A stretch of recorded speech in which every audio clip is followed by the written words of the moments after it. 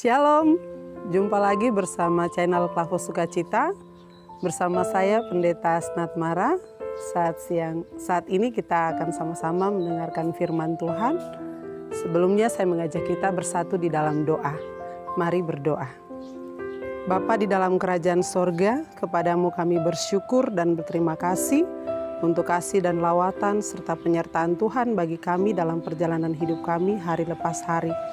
Teristimewa, Tuhan masih menjaga kami, memberi kami nafas kehidupan, sehingga kami boleh ada sebagaimana kami ada saat ini. Saat ini dalam kesempatan ini lewat channel Klavo Sukacita, kami akan sama-sama belajar daripada kebenaran firman Tuhan. Kami mohon pimpinan dan penyertaan Tuhan bagi kami pada kesempatan ini, secara khusus tim Klavo Sukacita dalam tugas tanggung jawab pelayanan mereka bersama dengan hamba-hamba Tuhan untuk menabur firman bagi umat-Mu. Pimpin kami sekalian dengan kekuatan daripada Roh Kudus dan jauhkan daripada kami segala gangguan godaan yang datang dari pihak iblis. Apapun itu kami tolak di dalam nama Yesus, jauhkan, dan biarlah Roh Kudus yang menguasai menuntun kami sekalian, agar saat kami membaca, mendengar, dan merenungkan firman-Mu, kami dapat memahami lalu melakukannya dalam kehidupan kami hari lepas hari. Terima kasih Bapa. Ini doa harapan kami dalam nama Yesus firman yang hidup. Kami berdoa. Amin. Bapak Ibu Saudara kekasih Kristus, bagian firman Tuhan bagi kita di saat-saat ini terdapat di dalam kitab Injil Markus, pasalnya yang ke-7, ayat 20 hingga ayatnya yang ke-23. Dengan perikop perintah Allah dan adat istiadat Yahudi. Demikian firman Tuhan ayatnya yang ke-20, katanya lagi, apa yang keluar dari seseorang itulah yang menajiskannya. Sebab dari dalam, dari hati orang, timbul segala pikiran jahat, percabulan, pencurian, pembunuhan, persinahan, keserakahan, kejahatan, kelicikan, hawa nafsu, iri hati, hujat, kesombongan, kebebalan. Semua hal-hal jahat ini timbul dari dalam dan menajiskan orang. Demikian firman Tuhan, pujian kepada Kristus selama-lamanya. Amin. Bapak Ibu Saudara kekasih Kristus, dari bagian firman Tuhan di saat ini, kita dituntun oleh sebuah tema yang mengatakan agama dan ibadah yang benar. Agama dan ibadah yang benar. Bapak Ibu Saudara kekasih Kristus, Yesus Kristus hadir di dunia ini tidak membawa atau membuat suatu agama tertentu. Agama sendiri itu dibuat oleh manusia atas kepercayaan dan keagungan kepada Tuhan yang Maha Esa, kepada Tuhan yang Maha Kuasa. Setiap agama di dunia ini memiliki aturan atau tradisi yang mengikat umatnya untuk hidup tertib, hidup sopan, dan hidup teratur.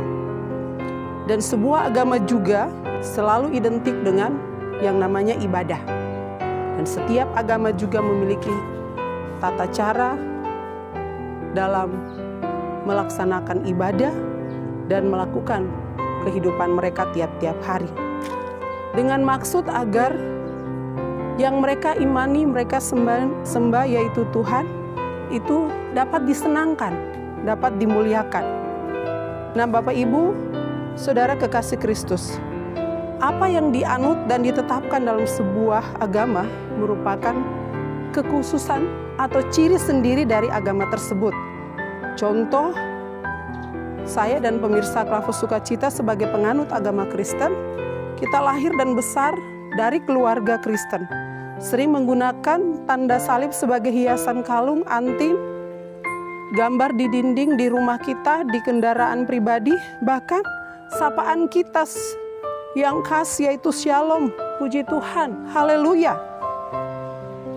Kemudian kita rajin pergi ke gereja, rajin berdoa, sering tampil dengan membawakan pujian. Ini menunjukkan tentang ciri dari hidup orang Kristen atau sebagai penganut agama Kristen. Tetapi Bapak Ibu Saudara, pada kesempatan ini mari kita belajar dari hal yang penting yang diajarkan oleh Tuhan Yesus sendiri lewat bacaan kita saat ini. Secara keseluruhan dari Matius pasal 7 ayat yang pertama hingga ayat yang 23. Tetapi secara khusus mari kita melihat ayat 20 sampai ayat 23. Kalau kita perhatikan bacaan satu perikop ini tentang perintah Allah dan adat istiadat Yahudi.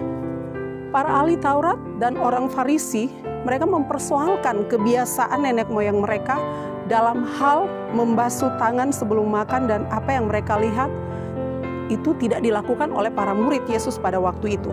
Sehingga hal ini menjadi senjata bagi para ahli Taurat dan orang Farisi untuk melawan Yesus, untuk membuat Yesus harus mempertanggungjawabkan apa yang dilakukan oleh para murid.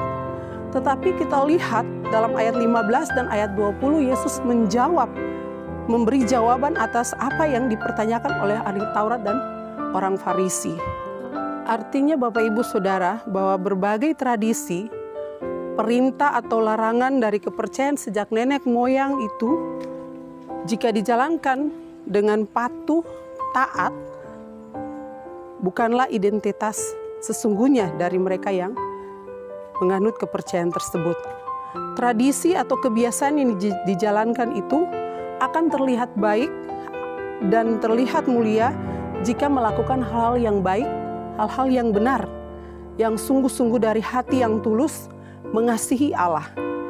Seperti kita sebagai orang Kristen, ciri-ciri kita seperti yang tadi disebutkan di awal, ya, kelihatan kita memakai kalung tanda salib, anting tanda salib, ya, di rumah kita ada gambar salib, ya, rajin, orang melihat kita rajin ke gereja, rajin berdoa, setiap kali kita tampil menyanyikan lagu pujian, ya, ini menunjukkan bahwa sesuatu yang kelihatan dari luar, ya, tetapi yang dimaksudkan adalah cara atau identitas kita yang sesungguhnya, yaitu lewat tindakan, perbuatan kita, kelakuan kita yang baik dan benar.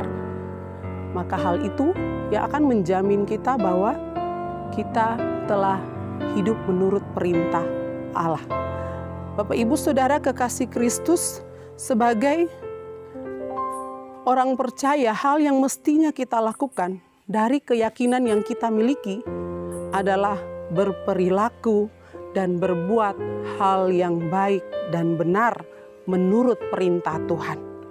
Setiap kita harus berpikir positif, setia kepada pasangan kita, tidak mencuri, tidak membunuh, tidak berzinah, tidak serakah, tidak licik, tidak iri hati, tidak menghujat, tidak melakukan kejahatan, tidak sombong, tidak dendam, dan lain sebagainya.